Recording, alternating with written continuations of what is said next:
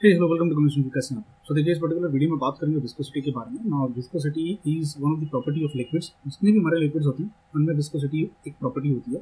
Now viscosity decide करती है कि कोई लिक्विड कितना स्पीड में फ्लो करेगा या कितना स्पीड में फ्लो नहीं करेगा। तो इनडायरेक्टली मैं यूँ भी कह सकता हूँ कि जो हमारे फ्लूइड्स होते हैं, जो लिक्विड्स होते हैं, उनके फ्लो के बारे में कहीं ना कहीं हमको विस्कोसिटी से पता चलता है। तो इस वीडियो को स्टार्ट करें उससे पहले या विस्कोसिटी पे हम जंप करें उससे पहले हमको ये समझना होगा कि कितने टाइप के फ्लोज हमारे पास होते हैं। जब लिक्विड फ्लो करता है तो वो दो तरीके से फ्लो कर सकता है, या तो वो टर्बुलेंट फ्लो कर सकता है या तो वो लेमिनार फ्लो कर सकता है। अब टर्बुलेंट फ्लो और लेमिनार फ्लो में क्या फर्क है? अगर मैं मॉलिक्यूलर लेवल पे जाके बात करूं, अगर वाटर मॉलिक्यूल्स फ्लो करते समय, वाटर नहीं कोई भी लिक्विड के मॉलिक्यूल रहता मैं कहूंगा, अगर फ्लो करते समय रैंडम डायरेक्शन में फ्लो कर रहे हैं और आगे भी जा रहे हैं, यानी वहां पे बहुत ज्यादा डिस्टर्बेंस है फ्लो में, वाटर की या लिक्विड की जो लेयर्स हैं वो काफी रैंडम या डिस्टर्ब हैं, हम उसको कहते हैं टर्बुलेंट फ्लो है। लेकिन अगर वाटर के अंदर या लिक्विड के अंदर, अभी देखो बार बार मैं वाटर कहूंगा, लिक्विड के बिहाफ पे मैं वाटर को लेके चल रहा हूँ, मैं ज्यादातर डिस्कशन करूंगा वाटर को लेके। अब जो भी डिस्कशन मैं पानी को लेके करूंगा वही डिस्कशन सारे लिक्विड्स के लिए एप्लीकेबल होगा, क्योंकि बार बार केमिस्ट्री के स्टूडेंट्स के मुंह में वाटर ही आता है। तो लेमिनार फ्लो का मतलब क्या हो गया कि अगर मेरे पास लिक्विड है यानी वाटर है, तो उसके जो मॉलिक्यूल्स होंगे वो लेयर में, लेयर बाय लेयर, इस तरीके से जैसे हम सॉलिड स्टेट में क्रिस्टलाइन कंपाउंड्स के बारे में पढ़ते हैं, वैसे वो एक साथ फ्लो करेंगे। जब एक पानी के अंदर की लेयर्स एक पैटर्न में फ्लो करती हैं, डिस्टर्बेंस नहीं होता, हम उसे कहते हैं वो लेमिनार फ्लो है। बेस्ट एग्जांपल आपने कभी इस तरीके का कहीं पे देखा होगा, पानी जब फ्लो करता है, एकदम शांत पानी जब फ्लो कर रहा है, कहीं डिस्टर्बेंस नहीं है, तो हम कहेंगे वो लेमिनार फ्लो है। और अगर वहीं पे पानी कभी डिस्टर्ब आ जाता है, जैसे सीढ़ियों से अगर कहीं पानी गिर रहा हो, झरने का पानी अगर गिर रहा हो, या बारिश का पानी जो हमारे पास गिरता है, तो हम उसे कहते हैं वो टर्बुलेंट फ्लो है। नाउ पानी जब फ्लो करता है वो किस तरीके से फ्लो करता है ये देखना और ये समझना जरूरी है। हम एग्जांपल लेंगे लेमिनार फ्लो के बारे में। हम जो भी डिस्कस करेंगे वो लेमिनार फ्लो के बारे में डिस्कस करेंगे। तो कंसिडर कीजिए कि मेरे पास इस तरीके से एक ये स्ट्रक्चर है। ऐसे मान के चलते हैं कि मान लीजिए मेरे पास इस तरीके से एक पाइप है, जिस पाइप के अंदर मैंने इस तरीके से मॉलिक्यूल्स ऑफ लिक्विड रखे हुए हैं इस तरह, और इसके ऑब्वियसली इसके ऊपर लेयर बाय लेयर होंगी, इस तरीके से ये लेयर बाय लेयर होंगी ऐसे। अब आप इस चीज को एग्री करोगे मेरे साथ कि there are two types of forces जो ऑपरेट करती हैं, एक को कहा जाता है कोहेसिव और एक को कहा जाता है एडहेसिव। ना कोहेसिव फोर्स मतलब क्या, जो सिमिलर मॉलिक्यूल्स के बीच में होती है उनको कोहेसिव कहते हैं, और एडहेसिव जो डिफरेंट मॉलिक्यूल्स के बीच में होती हैं। जैसे यहाँ पे जो पानी का मॉलिक्यूल होगा वो इस कांच के साथ होगा या कंटेनर के साथ कनेक्शन में होगा, तो यहाँ उसको एक फोर्स ऑफ अट्रैक्शन मिलेगी जो काफी स्ट्रॉन्ग फोर्स ऑफ अट्रैक्शन होगी, जिसको आप एक तरीके से एडहेसिव फोर्स कह सकते हो। This an adhesive force between this molecules and thus the container. Similarly यहाँ पर भी adhesive force होगी। Now since there is an adhesive force, वो molecule जो होगा उस surface के साथ काफी tightly bounded होगा। वो अलग बात है कि उस molecule को gravity नीचे खींचने की कोशिश कर रही है, इस molecule को भी gravity नीचे खींचने की कोशिश कर रही है। एक सिचुएशन को इमेजिन करो, व्हाट अबाउट दिस मॉलिक्यूल, जो यहाँ पे ये मॉलिक्यूल नहीं, इसके ऊपर की जो पूरी लेयर है पानी की, हम लेमिनार फ्लो की बात कर रहे हैं, हम टर्बुलेंट फ्लो की बात नहीं कर रहे। तो लेमिनार फ्लो में सारे मॉलिक्यूल जो होते हैं वो एक लेयर में फ्लो करते हैं, एक सीक्वेंस में फ्लो करते हैं, हम उसको लेयर बाय लेयर इमेजिन कर सकते हैं। तो यहाँ पर जो मॉलिक्यूल यहाँ प्रेजेंट होगा, डोंट यू फील जैसे जैसे आप इस सरफेस से दूर जाने लगोगे सेंटर की तरफ और यहाँ से दूर आने लगोगे सेंटर की तरफ, तो जो सेंटर की लेयर्स हैं उनके ऊपर उतनी फोर्स ऑफ अट्रैक्शन नहीं होगी। एंड डोंट यू फील जैसे जैसे आप इस सरफेस से दूर जाने लगते हो, पानी एक पाइप के बीचों बीच जाने लगते हो, तो वो पानी जो पाइप के बीच में से फ्लो हो रहा होगा वो ज्यादा स्पीड से फ्लो हो रहा होगा, क्योंकि उसके ऊपर ऑब्वियसली बात है एडहेसिव फोर्स नहीं है, सिर्फ कोहेसिव फोर्स है। बगल वाली लेयर जो होंगी वो थोड़ी स्लो स्पीड में फ्लो हो रही होंगी और ये वाली लेयर जो होगी वो काफी स्लो स्पीड में फ्लो हो रही होगी। तो ये जो डिफरेंस इन फ्लो आता है, फ्लो रेट आता है, ये क्यों आया? Because of the friction between the layers. See देखो यहाँ का फ्रिक्शन का लॉजिक तो हमें समझ में आता है, ये फ्रिक्शन ऑफ है बिकॉज ऑफ एडहेसिव फोर्स, पर लेयर्स के बीच में भी आपस में we all know molecule attract each other. अगर मान लीजिए इस तरीके से एक हाइड्रोजन और एक हाइड्रोजन का वाटर मॉलिक्यूल है, ये ऐसे लाइन में वाटर मॉलिक्यूल खड़े हुए हैं, और अगर बगल में एक और लाइन है वाटर मॉलिक्यूल्स की, तो ऑब्वियसली बात है there will be some cohesive force of interaction between this two layer. इन दो लेयर के बीच में कुछ कोहेसिव फोर्स ऑफ इंटरेक्शन होगी, जिसकी वजह से विस्कोसिटी डेवलप होती है, या मैं कहूं एक तरीके से रिटार्डिंग फोर्स। अब देखो मैं अलग अलग नाम यूज कर रहा हूँ, retarding force, stopping force, viscosity, है ना, अपोजिंग फोर्स। मॉलिक्यूल की लेयर नीचे जाना चाहती है बिकॉज देखो वही बात हो जाती है, अगर मैं और मेरे बगल में कोई आदमी खड़ा है और ऐसे लेयर और हमारे पीछे लाइन, मैं भागने की कोशिश करूंगा तो वो भागने की कोशिश करेगा, और हमारा अगर एक दूसरे के साथ अट्रैक्शन है तो हम एक दूसरे को रोकने की कोशिश करेंगे। That friction which is produce between the layers, in layers के बीच में जो फ्रिक्शन प्रोड्यूस होता है, उस फ्रिक्शन को हम विस्कोसिटी कहते हैं। ये विस्कोसिटी कहाँ से आया? Due to intermolecular forces of attraction, molecules के बीच में फोर्स ऑफ अट्रैक्शन होती है इस वजह से। तो ये सारे मॉलिक्यूल एक स्पीड में क्यों नहीं भाग रहे? क्योंकि जिस कंटेनर में आपने डाला है साइड साइड के मॉलिक्यूल जो होंगे वो उस कंटेनर के साथ एडेसिव फोर्स की वजह से चिपके होंगे, जिसकी वजह से उनका फ्लो स्लो हो जाएगा और जैसे जैसे आप सेंटर में भागने लगोगे फ्लो फास्ट हो जाएगा। यही कारण होता है, अगर आपने कभी देखा हो नलके में से जो पानी अगर मान लो आप इस तरीके से लगा के रखो, अगर आपने कभी नोटिस किया हो पानी की बूंद अगर आपने देखी हो इस तरीके से नलके पे लगी होती है।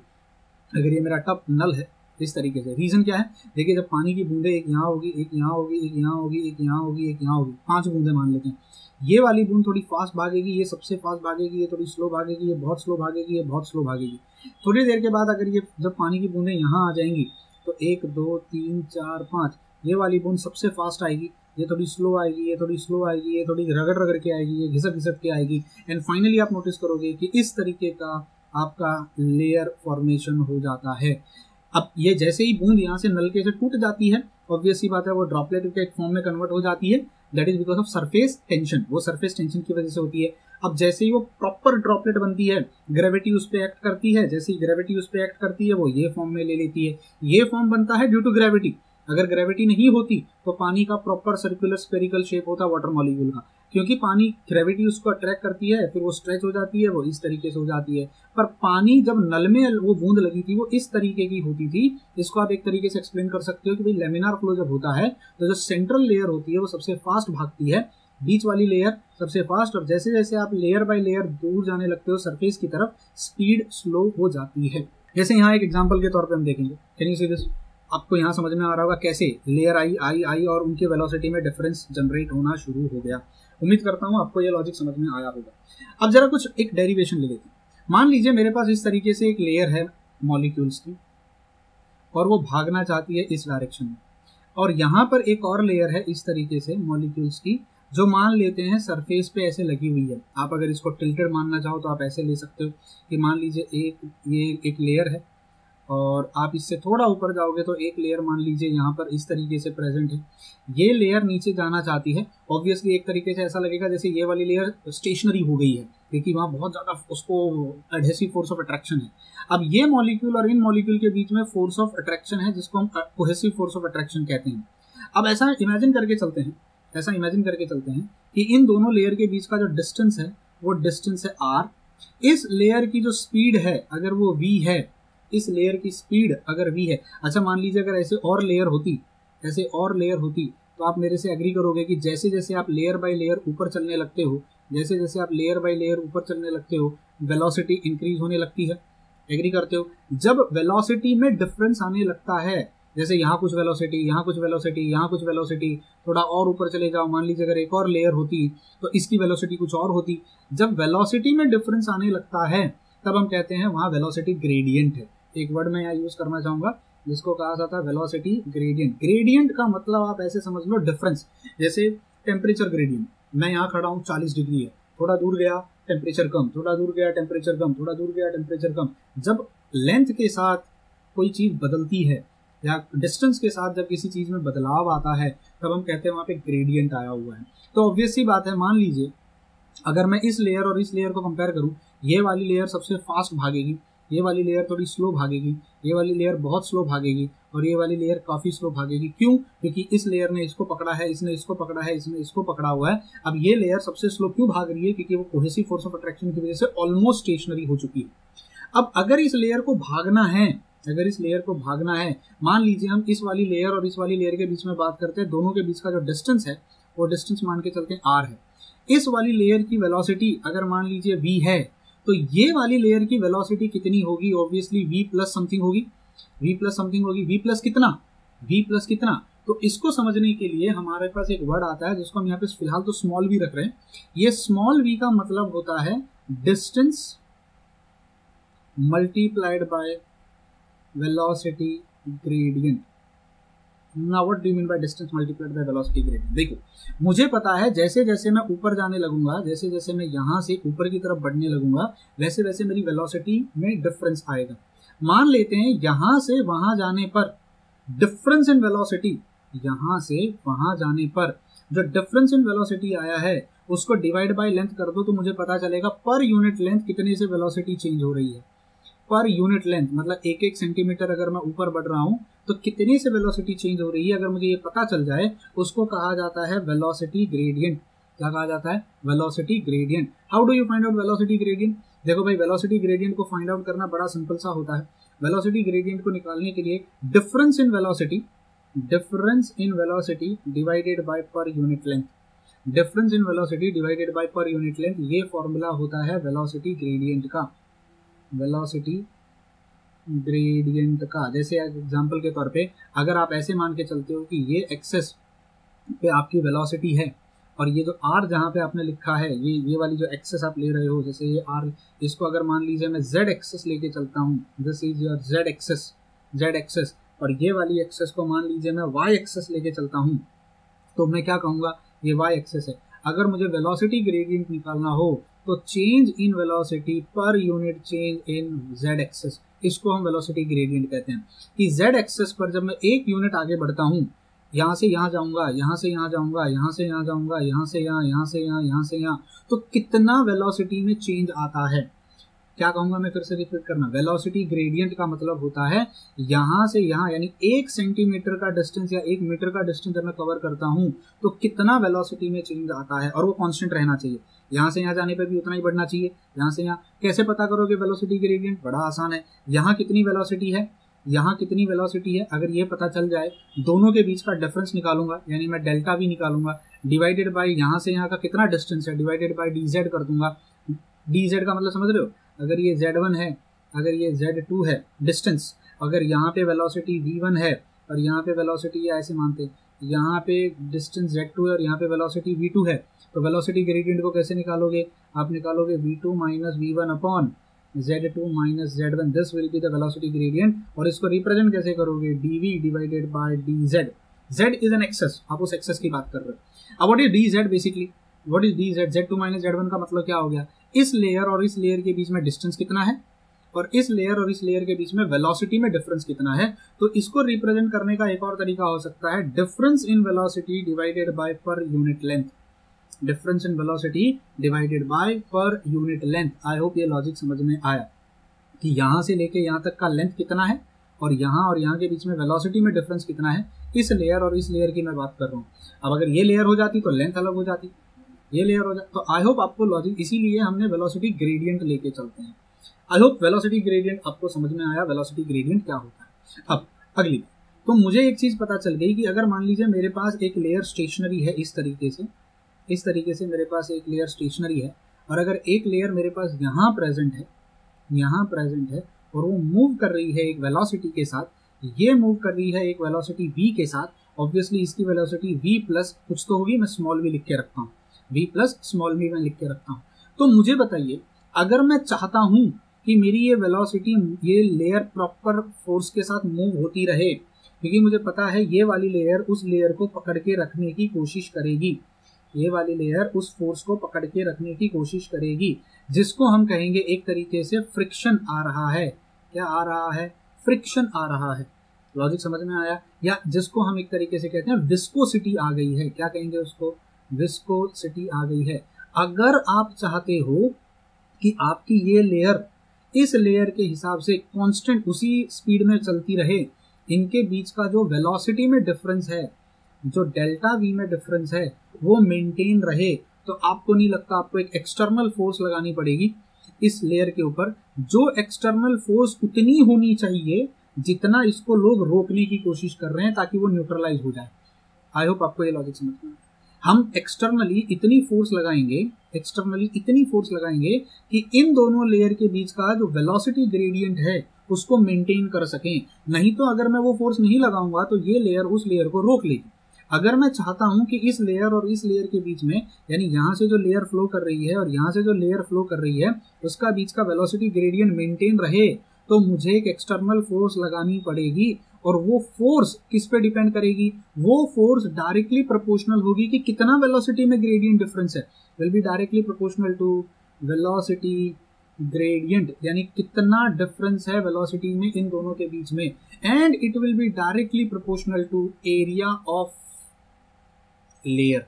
उस लेयर का एरिया इस लेयर का। ऑब्वियसली देखो अब इसको 3D में देखेंगे तो इसके पीछे भी तो लेयर बाय लेयर ऐसे खड़ी होंगी ना। अभी तो हम 2D में बना रहे हैं, अगर मैं 3D में बनाऊं तो मान लीजिए ये एक लेयर है इस तरीके से, और ये एक लेयर है इस तरीके से। ये लेयर दीवार इसके साथ कांच के साथ ऐसे लग चिपकी हुई है, तो ये स्लो स्लो मूव कर रही है। ये वाली लेयर फास्ट मूव कर रही है, इसकी वेलोसिटी v है, तो इसकी velocity v plus small v होगी। स्मॉल v मैं चाहता हूँ ये इन दोनों के बीच का वेलोसिटी का डिफरेंस, वेलोसिटी ग्रेडियंट मेंटेन रहे, मतलब इसकी वेलोसिटी और इसकी वेलोसिटी सेम रहे, चेंज नहीं होनी चाहिए, वरना ये उसको रोक लेगी। तो मुझे ऊपर से पुश लगाना पड़ेगा, एक फोर्स लगाना पड़ेगा। वो फोर्स किसके बराबर होगा, कितना वेलोसिटी में ग्रेडियंट है। What is the velocity gradient, मतलब डिफरेंस इन वेलोसिटी पर यूनिट लेंथ। यहाँ से यहाँ जाने पे, यहाँ से यहाँ, यहाँ से यहाँ, यहाँ से यहाँ, फाइनली पर यूनिट लेंथ कितना डिफरेंस है वेलोसिटी में। पर यूनिट लेंथ कितना, पर यूनिट लेंथ वेलोसिटी में डिफरेंस मतलब ग्रेडियंट। तो can I say force will be directly proportional to change in velocity पर unit length, that is velocity gradient, and it will be directly proportional to कि इस layer का cross sectional area कितना है, ये layer कितनी चौड़ी है, उतना प्रेशर मुझे उस पर लगाना पड़ेगा, डायरेक्टली प्रोपोर्शनल टू एरिया। तो can I say force will be directly proportional to area into delta V divided by length, या मैं ऐसे लिख सकता हूँ area into change in velocity पर unit change in z। dv by z का मतलब आपको मैंने बताया कि अगर मान लीजिए ये आपका z एक्सेस रिप्रेजेंट करता है और ये आपका फ्लो इस तरफ आ रहा है, तो कितना वेलोसिटी में डिफरेंस है। अगर ये मान लीजिए ये पॉइंट z1 है, ये वाला पॉइंट z2 है, ये वेलोसिटी v1 है, इसकी वेलोसिटी v2 है, तो आपका dv बाई dz क्या हो जाएगा, v2 minus v1 upon z2 minus z1, यानी दो अलग अलग पॉइंट के बीच का लेंथ का डिफरेंस यहाँ से यहाँ के बीच में, जिसको हम नॉर्मली r या l से रिप्रेजेंट करते हैं, डिस्टेंस या लेंथ या जो भी आप रिप्रेजेंट करना चाहो, मैं उसको l के साथ रिप्रेजेंट करता हूँ। या तो मैं उसको l कहूँ, या तो मैं उसको l कहूँ, या तो मैं इसको कह सकता हूँ dv delta v by length.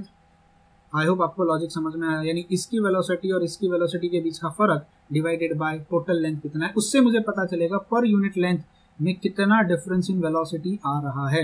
जितना ज्यादा डिफरेंस इन वेलोसिटी पर यूनिट लेंथ, मुझे उतनी ज्यादा फोर्स लगानी पड़ेगी उसको मेंटेन रखने के लिए।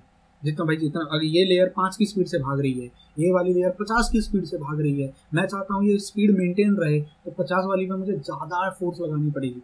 अगर वो वाली लेयर 100 की स्पीड से भाग रही होती और ये वाली लेयर 5 की स्पीड से भाग रही होती, तो अगर मुझे ये मेंटेन रखना है तो मुझे इस पर और फोर्स लगानी पड़ेगी। मैं कितनी फोर्स लगाऊंगा वो डिपेंड करता है कि दो लेयर के बीच में कितना डिफरेंस है आपके वेलोसिटी का, वेलोसिटी ग्रेडियंट। आई होप आपको लॉजिक समझ में आया। अब इसको अगर ग्रेडियंट के तरीके से नहीं समझ में आता तो आप ऐसे समझ सकते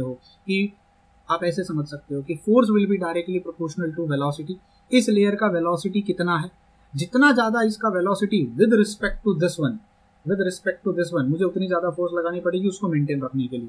अगर ये वाली लेयर 50 की स्पीड से भाग रही है, ये वाली लेयर 5 की स्पीड से, और मैं चाहता हूँ ये मेंटेन रहे डिफरेंस, तो मुझे और, अगर ये वाली लेयर की 50 की जगह 100 की स्पीड हो जाती तो तब मुझे और ज्यादा फोर्स लगानी पड़ती उसको मेंटेन रखने के लिए, दोनों के बीच का डिफरेंस। नहीं तो अगर डिफरेंस मेंटेन नहीं रखोगे तो क्या हो जाएगा, ये वाली लेयर इस वाली लेयर को रोक लेगी। अगर ये लेयर इस लेयर को रोक लेगी तो लिक्विड फ्लो ही नहीं करेगा आगे की तरफ। अगर आपको फ्लो मेंटेन रखना है, आप चाहते हो प्रॉपर यूनिट, तो दोनों लेयर के बीच का जो वेलोसिटी डिफरेंस है वो मुझे मेंटेन रखना पड़ेगा, और उसको मेंटेन रखने के लिए मुझे एक्सटर्नल फोर्स लगानी पड़ेगी, और वो एक्सटर्नल फोर्स को ही हम एक तरीके से विस्कोसिटी कह सकते हैं।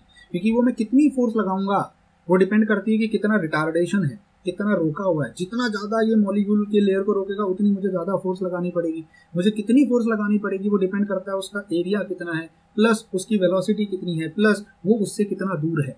तो इसको मैं एक तरीके से ऐसे भी एक्सप्लेन कर सकता हूँ कि मैं कितनी फोर्स लगाऊंगा will be directly proportional to area of layer will be directly proportional to velocity of layer and will be inversely proportional to distance from stationary layer, यानी जो भी from reference layer, जो भी आप लेयर को अपना reference लेना चाहते हो उससे कितना दूरी है। फिर से समझा रहा हूँ, मान लीजिए एक ये लेयर है जो स्टेशनरी है, ये लेयर है जो मूव कर रही है वेलोसिटी v के साथ, v2 के साथ, ये वेलोसिटी v1 के साथ स्लो मूव कर रही है। दोनों के बीच का जो डिस्टेंस है अगर वो लेंथ l है, दोनों के बीच में जो वेलोसिटी डिफरेंस है अगर वो v है, या मैं कहूँ एक तरीके से वेलोसिटी डिफरेंस को डेल्टा v के साथ रिप्रेजेंट करता हूँ, मुझे कितनी फोर्स लगानी पड़ेगी इसका फ्लो मेंटेन रखने के लिए, पहली बात डिपेंड करेगा कि उस लेयर का एरिया कितना है, वो लेयर कितनी चौड़ी है, एरिया ऑफ लेयर, जिसको हम a के साथ रिप्रेजेंट करेंगे। दूसरा, उस लेयर की वेलोसिटी कितनी है, क्योंकि जितनी ज्यादा उसकी वेलोसिटी होगी उतनी ज्यादा मुझे फोर्स लगानी पड़ेगी उसको मेंटेन रखने के लिए। अब अगर उसकी लेयर उसकी स्पीड 50 है, मैं लगा रहा हूँ 10 की फोर्स, तो वो लेयर मेंटेन नहीं कर पाएगी अपनी स्पीड को, directly proportional to velocity of layer. अब मैं यहाँ उस लेयर की वेलोसिटी की बात कर रहा हूँ, मैं v रिप्रेजेंट कर सकता हूँ, एज वेल एज डिस्टेंस। जितना ज्यादा डिस्टेंस होगा इस लेयर का उतनी फोर्स मुझे कम लगानी पड़ेगी, क्योंकि उतना रिटार्डेशन या उतना फोर्स ऑफ अट्रैक्शन कम होगा। Inversely proportional to, can I say force will be directly proportional to area into velocity divided by length. अब देखो वेलोसिटी पर यूनिट लेंथ, एक तरीके से ये क्या हो गया, ये वेलोसिटी ग्रेडियंट ही हो गया, वेलोसिटी ग्रेडियंट ही हो गया। अब इसको लिखने के अलग अलग तरीके हैं, कुछ किताबों में इसको a लिखा गया है, यहाँ पे del d v divided by d z लिखा गया है, कुछ किताबों में इसको लिखा गया है a into d v divided by length, इस तरीके से। तो मतलब वही है, आप v बाई एल लिखो तो भी वेलोसिटी ग्रेडियंट है, d v by d z लिखो तो भी वेलोसिटी ग्रेडियंट है, डी वी बाई एल लिखो तो भी वो वेलोसिटी ग्रेडियंट है। उससे मैथमेटिकल एक सच डिफरेंस मीनिंग नहीं बदल जाएगा। हम ये वाला फॉर्मूला यूज करके चलते हैं, ये वाला फॉर्मूला, या चाहो तो आप ये वाला फॉर्मूला भी यूज कर सकते हो, दिस वाला फॉर्मूला। अच्छा, अब यहाँ पे एक और बात है, कुछ किताबों में माइनस साइन दिया हुआ है। माइनस साइन क्या रिप्रेजेंट करता है कि आप जो फोर्स लगाओगे और जो रिटार्डिंग फोर्स है वो अपोजिट डायरेक्शन में है। भाई ये मॉलिक्यूल और इस मॉलिक्यूल को जाने से रोक रहा है, आप उसके अगेंस्ट फोर्स लगा रहे हैं। आप लोगों ने ये पढ़ा होगा ऑस्मोटिक प्रेशर के बारे में, ऑस्मोटिक प्रेशर में भी तो आप वही करते हो ना, आप इस तरीके से मॉलिक्यूल यहाँ आ रहा होता है, आप ऊपर से प्रेशर लगाते हो, अपोजिट प्रेशर, ताकि वो मॉलिक्यूल यहाँ से वहां जा सके। आप लोगों ने यही पढ़ा होगा ऑस्मोटिक प्रेशर में, सेम फंडा हम यहाँ अप्लाई कर रहे हैं। तो जो रिटार्डिंग फोर्स है उसके अगेंस्ट आपको एक फोर्स लगानी है ताकि फ्लो को मेंटेन किया जा सके। और जो रिटार्डिंग फोर्स है उसको आप क्या कहते हो, रिटार्डिंग फोर्स को हम विस्कोसिटी कहते हैं। तो आप जो फोर्स लगा रहे हो उसको न्यूट्रलाइज करने के लिए क्या इनडायरेक्टली हम उसको विस्कोसिटी अब नहीं कह सकते, क्योंकि हमको ये पता करना है विस्कोसिटी कितनी है, कुछ मैथमेटिकल इक्वेशन हमको चाहिए। तो अगर आप मेरे पे 50 की स्पीड से थप्पड़ मार रहे हो और मैं भी आपको 50 की स्पीड से थप्पड़ मार आपको रोक लूँ, इनडायरेक्टली मैंने आपको रोक लिया, मतलब आपकी फोर्स उतनी है जितनी फोर्स मेरी है, मेरी फोर्स को कैलकुलेट कर लो, आपकी फोर्स पता चल जाएगी। अगर मुझे ये पता करना है कि विस्कोसिटी कितनी है तो बस मुझे इतना बता दो कि कितनी फोर्स मुझे लगानी पड़ती है उसके फ्लो को मेंटेन रखने के लिए, ताकि दोनों के बीच का फ्लो मेंटेन रहे। अब फ्लो को मेंटेन रखने का मतलब जितना ये मॉलिक्यूल इस मॉलिक्यूल को खींचेगा आप उतनी ही फोर्स ऊपर से लगा दो तो वो न्यूट्रलाइज हो जाएगा और दोनों अपनी सेम स्पीड के साथ फ्लो करते रहेंगे। हाँ, तो बस होगी कहानी। ऊपर वाली फोर्स कितनी लगानी पड़ेगी उसका फॉर्मूला मैंने बता दिया, वो डिपेंड करता है कि ये लेयर कितनी है, इससे इसकी दूरी कितनी है, उसकी वेलोसिटी कितनी है। तो इनडायरेक्टली आप कैलकुलेशन जो ये फॉर्मूला निकाल रहे हो, क्या ये फॉर्मूला इनडायरेक्टली विस्कोसिटी का फॉर्मूला नहीं हो जाता? ये मॉलिक्यूल और ये मॉलिक्यूल ये इसको अपनी तरफ खींच रहा है, हमको पता करना है कि कितना खींच रहा है। हाँ, तो भाई एक काम करो, आप यहाँ पे इतनी फोर्स लगाओ कि ये मॉलिक्यूल और इस मॉलिक्यूल की स्पीड में कोई फर्क नहीं आना चाहिए, क्योंकि अगर स्पीड मान लीजिए हम कोई फोर्स नहीं लगाते और ये मॉलिक्यूल इसको खींचता तो थोड़ी देर के बाद ये स्लो पड़ जाएगा। हमको इन दोनों को स्लो नहीं पड़ने देना है, तो क्या करें, यहाँ पर एक फोर्स लगाओ जो इस नेगेटिव फोर्स को न्यूट्रलाइज कर सके। और वो फोर्स कितनी होगी वो डिपेंड करेगी एरिया कितना है, डिपेंड करेगी इसकी वेलोसिटी कितनी है, और इनवर्सली डिपेंड करेगी कि यहाँ से इसका डिस्टेंस कितना है, लेंथ कितना है। ये हो गया हमारा फॉर्मूला। तो इनडायरेक्टली क्या हम विस्कोसिटी नहीं पता कर रहे हैं? अगर नेगेटिव साइन डाल दूंगा मतलब जो हम फोर्स लगा रहे हैं और जो विस्कोसिटी है वो अपोजिट डायरेक्शन में, तो नेगेटिव साइन से ऐसा कोई फर्क नहीं पड़ता। किताबों में नेगेटिव साइन बहुत सारी किताबों में लिखा हुआ है, प्लीज आप उसमें मत जाइएगा। ये हमारा फॉर्मूला है बहुत बच्चे, और इसी को हम कहते हैं न्यूटन्स लॉ, इसी को हम कहते हैं न्यूटन्स लॉ ऑफ विस्कोसिटी। समझ में आया क्या भाई? देखो बहुत अच्छे से एक्सप्लेन कर दिया। आप अगर आप किताब में पढ़ना चाहते हो देखो यहाँ से पढ़ सकते हो, पूरी थ्योरी दी है। All liquids have characteristic property of flow, some liquid like कोई फ्लो फास्ट करता है, कोई स्लो करता है। The property of a liquid which determine the resistance to the flow is called viscosity. अगर लेयर को आप रोकने की जो अपोजिट डायरेक्शन में रेजिस्टेंस फ्लो को रोकती है, हम उसको विस्कोसिटी कहते हैं। When a liquid flow through a pipe all part of do not move in the same rate, सारे मॉलिक्यूल एक साथ नहीं भागते हैं, ये लेयर स्पीड में जाएगी, ये थोड़ा स्लो जाएगी, ये स्लो जाएगी, ये बहुत स्लो, ये थोड़ी स्लो, ये थोड़ी स्लो, ये बहुत slow. The thin layer in immediate contact with the wall of the pipe is almost stationary, जो पाइप के डायरेक्ट कॉन्टेक्ट में होती है, जो पाइप के डायरेक्ट कॉन्टेक्ट में होती है वो लेयर सबसे स्लो जाती है और ऑलमोस्ट स्टेशनरी होती है, तो चलती ही नहीं है, ऐसा हम मान के चलते हैं। The velocity of flow of successive layer of liquid increases progressively as we move towards the center. जैसे जैसे हम अंदर की तरफ जाने लगते हैं वेलोसिटी बढ़ने लगती है, यानी क्या एस्टेब्लिश हो जाता है, वेलोसिटी ग्रेडियंट वहां पे आ जाता है, difference in velocity. At the center, the flow becomes fastest. Each layer of liquid moves with greater velocity over the other. Having velocity will experience a retarding effect due to the internal friction between the layer.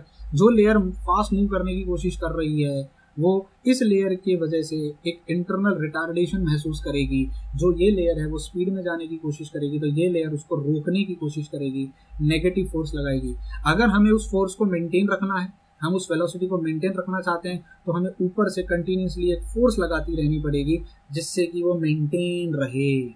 I hope आपको logic समझ में आया। This internal friction और resistance is called viscosity. तो जिस liquid में viscosity ज्यादा होती है, मतलब उस लिक्विड की लेयर्स मूव नहीं कर पाती, तो उसको मूव करवाने के लिए हमें फोर्स लगानी पड़ती है, फूंकना पड़ता है। बेहतरीन एग्जांपल बताऊं, एक कांच के ऊपर एक पानी, इस तरीके से मान लीजिए एक कांच है, यहाँ आप एक पानी की बूंद को रख लीजिए और यहाँ पे आप शहद की बूंद को रख लीजिए। पानी की बूंद अपने आप जाएगी नीचे, वाटर, हनी नहीं जाएगा, फूंक मारोगे तब जाके वो आगे की तरफ। और जब कभी आपने फूंक मारते हुए देखा है हनी को रखो, फूंक मारो तो बीच वाली लेयर तो आगे चली जाती है, लेकिन साइड के जो है वो ऐसे चिपक जाती है, ऐसा फ्लैट सा हो जाता है। अगर मान लीजिए इस तरीके से आपके पास एक ऑयल ड्रॉप थी, इस तरीके से, या चलो मैं इसको और थोड़ा 3D में दिखाता हूँ। अगर मान लीजिए इस तरीके से आपके पास एक ड्रॉप थी हनी की, आप उस पर ब्लो करते हो, पहली बात तो वो खुद से जा नहीं रही थी, क्यों? क्योंकि एक लेयर दूसरे लेयर को रोके हुए थी, बहुत ज़्यादा विस्कोसिटी थी। आपने उस पर फूंक मारा, तो फूंक मारने के बाद आप देखोगे कि वो इस तरीके से ना स्प्रेड हो जाती है। क्यों? क्योंकि जो नीचे चिपकी हुई लेयर है वो ऑलमोस्ट चिपक जाएगी, फूंक मारने से सिर्फ ऊपर वाली लेयर फ्लो करेगी। ये क्या रिप्रेजेंट करता है कि जो बहुत विस्कस सॉलिड होते हैं वो कंटेनर के साथ चिपक जाते हैं और वो कंटेनर की चिपकी हुई लेयर ऊपर वाली लेयर को भी मूव करने नहीं देती। इस इंटरनल फ्रिक्शन को हम विस्कोसिटी कहते हैं। How do you measure viscosity? तो विस्कोसिटी मेजर करने के लिए फिजिक्स वालों ने क्या बड़ा सिंपल सा रूल निकाला, इस लेयर और इस लेयर के बीच में डिस्टेंस बताओ कितना है, इस लेयर की वेलोसिटी बताओ कितनी है, और ये लेयर जब मूव कर रही होगी तो इसका एरिया बताओ कितना है। तो उसको मूव करने के लिए मुझे जो फोर्स लगानी पड़ेगी ताकि ये लेयर और इस लेयर के बीच में वेलोसिटी मेंटेन रहे, will be directly proportional to area, velocity, length. इसको आप वेलोसिटी ग्रेडियंट कह सकते हो। सॉरी, ये डायरेक्टली प्रोपोर्शनल है, आई होप लॉजिक समझ में आया। अब सी देखिए, ये चीज़ मैंने यहाँ पे एक्सप्लेन कर दी है, यहाँ से जो फॉर्मूला निकलेगा, force will be directly proportional to area into velocity upon length. अब यहाँ x दिया हुआ है, मैं l लिख के, कुछ किताबों में आपको यहाँ x दिखेगा, कुछ किताबों में आपको यहाँ पे अपॉन l दिखेगा, कुछ किताबों में यहाँ पे अपॉन r दिखेगा। ये सबका मतलब होता है डिस्टेंस ऑफ लेयर, उस लेयर का डिस्टेंस कितना है पहली लेयर के साथ, वो फर्स्ट लेयर से कितनी दूर है, दो लेयर के बीच का डिस्टेंस डिटरमाइन करता है। अब यहाँ डायरेक्टली प्रोपोर्शनल को अगर मैं हटाता हूँ तो यहाँ विस्कोसिटी कोएफिशिएंट को डालते हैं a, और यहाँ पे आ जाएगा v डिवाइडेड बाय x, या x लिखो, यहाँ पे मैं l लिखूँ, एक ही बात। इसको कहा जाता है विस्कोसिटी कोएफिशिएंट या coefficient of viscosity. What is coefficient of viscosity? क्या है कोएफिशिएंट ऑफ विस्कोसिटी? फॉर्मूला लगाओ, यहाँ हट जाएगा, इक्वल टू आ जाएगा, this will be equal to force into area into length upon velocity. मतलब अगर दो लेयर के बीच का डिस्टेंस अगर 1 सेंटीमीटर हो जाता, अगर दोनों के बीच का, इस लेयर का और इस लेयर का cross section area 1 centimetre square हो जाता, अगर cross sectional area 1 centimetre square हो जाता, ईटा क्या हो जाता, फोर्स 1 सेंटीमीटर स्क्वायर, लेंथ कितना हो जाता, 1 सेंटीमीटर हो जाता। मैंने बरोबर लिखा है क्या? नहीं, ये एरिया नीचे आएगा, ये एल ऊपर जाएगा, ये भी नीचे आएगा और एरिया नीचे आएगा, सॉरी ऐसे आएगा ये फॉर्मूला।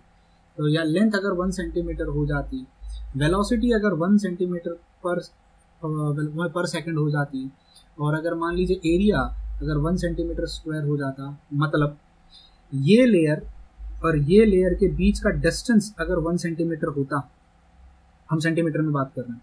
इस लेयर की स्पीड और इस लेयर की स्पीड के बीच का डिफरेंस 1 सेंटीमीटर पर सेकेंड होता, यानी ये इसकी स्पीड को अगर मैं 0 मान लेता हूँ और इसकी स्पीड को अगर मैं 1 सेंटीमीटर पर सेकेंड मान लेता हूँ, मतलब दोनों के बीच का जो डिफरेंस है वो 1 सेंटीमीटर पर सेकेंड का डिफरेंस अगर हो जाता।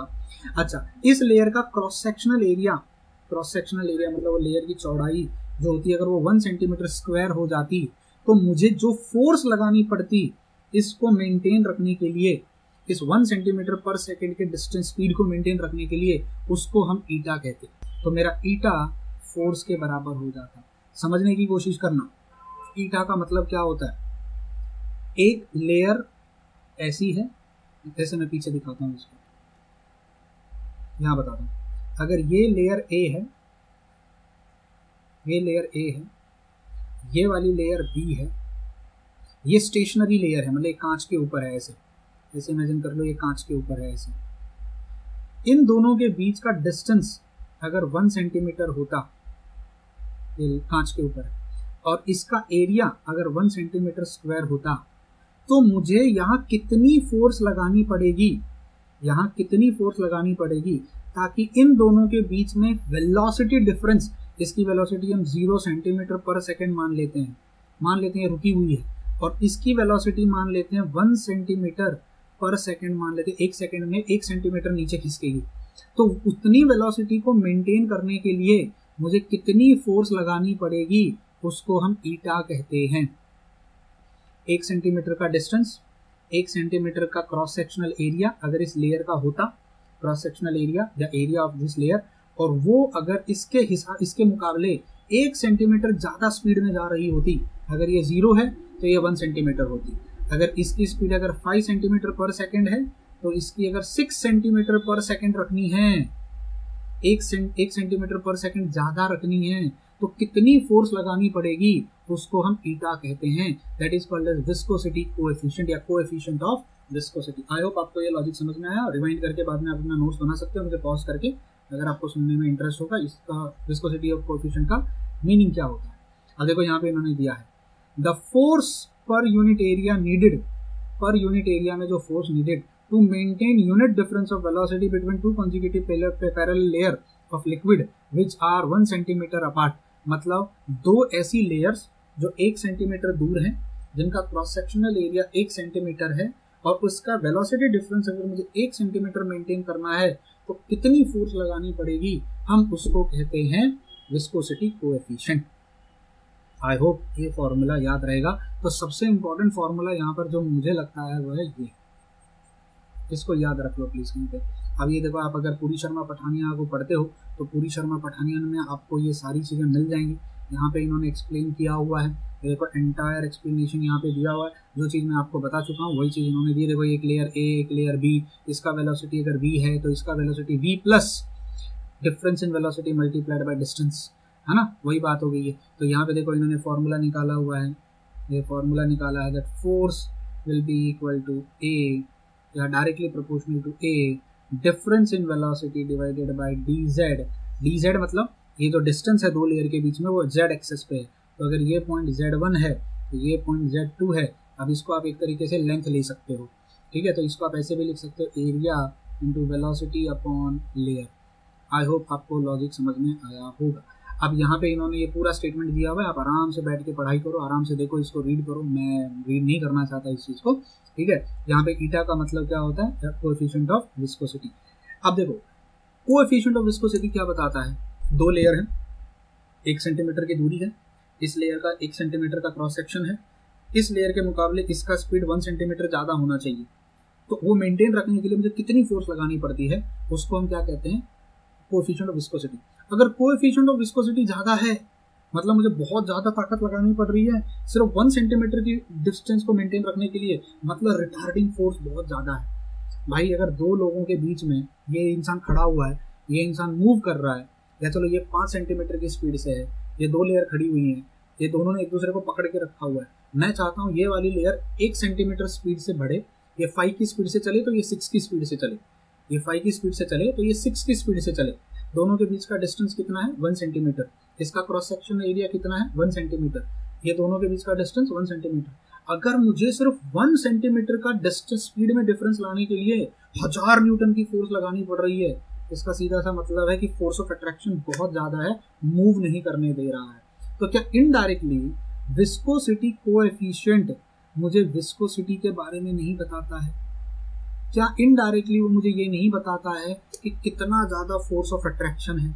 जितना ज्यादा विस्कोसिटी कोएफिशिएंट उतना ज्यादा फोर्स ऑफ अट्रैक्शन, जितना ज्यादा फोर्स ऑफ अट्रैक्शन उतना स्लो लिक्विड मूव करेगा, मुझे ज्यादा ताकत लगानी पड़ेगी। समझ में आया आपको? अच्छा, अब अगर विस्कोसिटी कोएफिशिएंट बहुत ज्यादा, तो क्या मैं इसका मीनिंग ऐसे निकाल सकता हूँ, अगर ईटा का वैल्यू हाई है मतलब intermolecular force of attraction high है। इसका मतलब क्या हो गया? ईटा का मतलब intermolecular force of attraction high. Intermolecular force of attraction high का मतलब विस्कोसिटी हाई। विस्कोसिटी हाई का मतलब लिक्विड जो होगा वो स्लो मूव करेगा।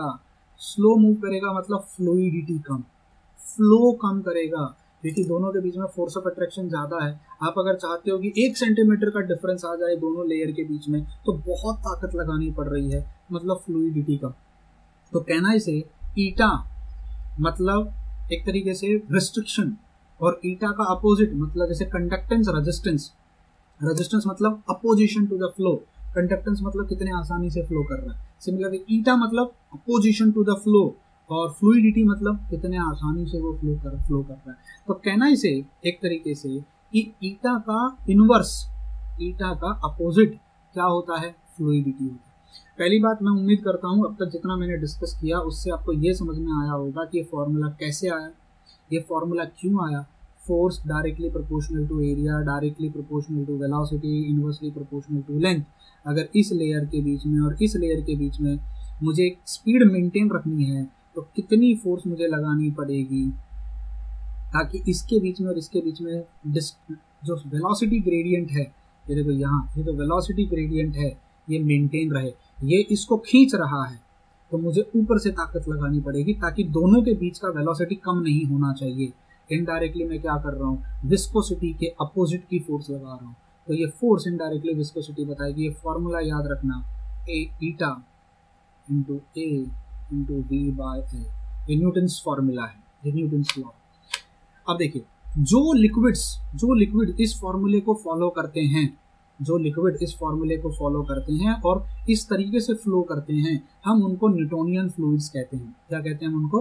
We call it as Newtonian fluid. और जो इसको नहीं फॉलो करते, जो न्यूटोनियन फ्लूइड होते हैं वो लेमिनार फ्लो में जाते हैं, या इसको स्ट्रीमलाइन फ्लो भी कहते हैं। स्ट्रीमलाइन एकदम प्रॉपर वे में जो फ्लो होता है। जो इस इक्वेशन को फॉलो नहीं करते, जहाँ पे मॉलिक्यूल्स का अलग अलग पता नहीं क्या ही रैंडम सी वेलोसिटी होती है, उसको हम नॉन न्यूटोनियन फ्लूइड्स कहते हैं। The fluid flow to which this equation applies are called laminar or streamline. The equation does not apply to turbulent flow. ये equation turbulent flow के लिए नहीं है। Liquids which do not obey are called non-Newtonian liquids. For Newtonian liquid, eta is independent of dV by dz, whereas for Newtonian liquid, eta changes with change in velocity gradient. देखो, अब हम इस पे नहीं जाना चाहते, न्यूटोनियन नॉन न्यूटोनियन क्या होता है, बस इतना याद रखना। जो इस फॉर्मूले को फॉलो करते हैं, इस फॉर्मूले को, वो न्यूटोनियन फ्लूइड्स होते हैं। जो नहीं करते वो नॉन न्यूटोनियन फ्लूइड्स होते हैं। अब आपका ईटा का फॉर्मूला क्या होगा? What will be the units of eta, जिसको हम विस्कोसिटी कोएफिशिएंट कहते हैं, कोएफिशिएंट ऑफ विस्कोसिटी कहते हैं। तो फोर्स को किस में लिखा जाता है? न्यूटन। एरिया को किस में लिखा जाता है? Metre square. डीजेड हमने इसको रीअरेंज किया है, इस फॉर्मूले को रीअरेंज करके ये फॉर्मूला निकाला। आई होप आपको समझ में आया कि कैसे हम, अगर मुझे ईटा निकालना होगा तो फोर्स वही होगा, लेंथ ऊपर चला जाएगा, एरिया और वेलोसिटी नीचे आ जाएगा। ठीक है, तो फॉर्मूला बड़ा सिंपल सा निकलेगा। Force is Newton, right, Newton में लिखते हैं। और एरिया मीटर स्क्वायर, डिस्टेंस है, ये डिस्टेंस है तो ये मीटर में आ जाएगा। और ये वेलोसिटी है, वेलोसिटी क्या होती है? मीटर पर सेकेंड, तो मीटर पर सेकेंड। अब न्यूटन वहीं के वहीं बचेगा, मीटर ऊपर जाएगा तो -2, और सेकेंड ऊपर जाएगा तो सेकेंड 1 हो जाएगा। आई होप आपको लॉजिक समझा। ये डिस्टेंस है, ये वेलोसिटी है, डिस्टेंस का यूनिट मीटर, वेलोसिटी का यूनिट मीटर पर सेकेंड, फोर्स का यूनिट न्यूटन, एरिया का यूनिट मीटर स्क्वायर। तो हमने सिर्फ फॉर्मूले को सब्स्टिट्यूट कर दिया। आप सब्स्टिट्यूट करो इनको तो आपको ये मिला, मीटर और मीटर कैंसिल हो जाएगा, सेकंड ऊपर जाएगा तो नॉर्मल, मीटर स्क्वायर जाएगा तो। अब न्यूटन क्या होता है, न्यूटन होता है KG metre per second square, और यहाँ पे ऑलरेडी आपके पास -2 था और ऑलरेडी ये 1 था। आई होप आपको अब लॉजिक समझा न्यूटन का मतलब। तो देखो यहाँ से सेकंड ये चला जाएगा, ये मीटर का ये कैंसिल हो जाएगा, तो फाइनली क्या बचेगा, KG metre inverse second inverse. This is the unit जो हमने यहाँ कैसे यूनिट निकाला, फोर्स का KG metre per second square, distance का metre, area metre square, DV is metre per second inverse, और उसको रीअरेंज करके उसको कैंसिल करके फाइनल फार्मूला हमारे पास ये निकला। अब ईटा का वैल्यू अगर 1 kg पर मीटर पर सेकंड आता है तो हम इसके और भी अलग अलग यूनिट्स होते हैं। ये तो आपका एसआई यूनिट हो गया, केजी पर मीटर पर सेकंड। इसके कुछ और भी यूनिट होते हैं जिसको हम कहते हैं पॉइस, जैसे डाइन सेंटीमीटर। देखो ईटा का फॉर्मूला मेरे पास क्या निकल के आया, Newton dz divided by area divided by dv। अब न्यूटन फोर्स मतलब ये यहाँ पे फोर्स लिख देता हूँ, फोर्स जरूरी है क्या फोर्स न्यूटन में ही होगी, डाइन्स में भी तो हो सकती थी, जरूरी है क्या। इसका जो फाइनल यूनिट आया वो क्या आया, KG metre inverse second inverse, ये आया ना ऐसा यूनिट। अब जरूरी है क्या केजी होगा, वो ग्राम्स में भी तो हो सकता था, वो सेंटीमीटर इनवर्स भी तो हो सकता था, वो सेकंड इनवर्स भी तो हो सकता था। ये एसआई यूनिट है, ये सीजीएस यूनिट है, बस इतना याद रखना। तो जरूरी नहीं है कि हमेशा न्यूटन में होगा, वो एक्सप्रेस किया जा सकता है डाइन सेंटीमीटर पर सेकंड में। It is more commonly express as poise, centipoise and millipoise after the name of the scientist. ठीक है, अब पॉइज कितना होता है, व्हाट इज 1 पॉइज, तो देखो यहाँ पे आंसर दिया हुआ है। 1 पॉइज का मतलब होता है 10 to the power -1, ये याद रखना। 1 पॉइज का मतलब होता है 10 to the power -1 kg पर मीटर पर सेकंड, ये याद रखिए। या इसको हम कह सकते हैं 0.1 kg पर metre per second, this is 1 poise. ये कन्वर्जन यूनिट याद रखना, इसके ऊपर बहुत सारे क्वेश्चन पूछे जा सकते हैं। आई होप आपको पता है ईटा का मतलब क्या होता है, कितनी ताकत लगानी पड़ेगी 2 लेयर्स के बीच में। 1 सेंटीमीटर का जो 2 लेयर 1 सेंटीमीटर से 1 सेंटीमीटर क्रॉस सेक्शनल एरिया के बीच में 1 सेंटीमीटर पर सेकंड का वेलोसिटी मेंटेन करने के लिए जो ताकत लगानी पड़ती है उसको हम विस्कोसिटी कोएफिशिएंट कहते हैं। उसका यूनिट क्या होता है, अगर वो 0.1 kg पर मीटर पर सेकंड है मतलब 1 पॉइज या 10 to the power -1। I hope logic समझ में आए। अब मैंने आपको ऑलरेडी बताया फ्लूइडिटी क्या होती है। फ्लूइडिटी का मतलब होता है इनवर्स ऑफ फ्लूइडिटी, जिसको हम फाई के साथ रिप्रेजेंट करते हैं। It is inverse of viscosity coefficient. Viscosity coefficient ज्यादा मतलब वो स्लो मूव करेगा, क्योंकि कोई ज्यादा ताकत लगानी पड़ रही है मुझे, तो फ्लूइडिटी का। आई होप समझ में आया। The reciprocal of coefficient of viscosity is called as fluidity.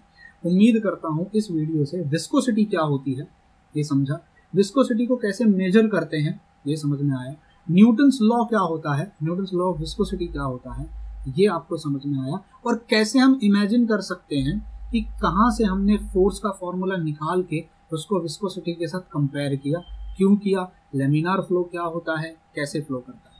अगले वीडियो में मिलेंगे जहाँ पे फैक्टर्स अफेक्टिंग विस्कोसिटी के बारे में डिस्कस करेंगे। Till then bye bye, take care and God bless you.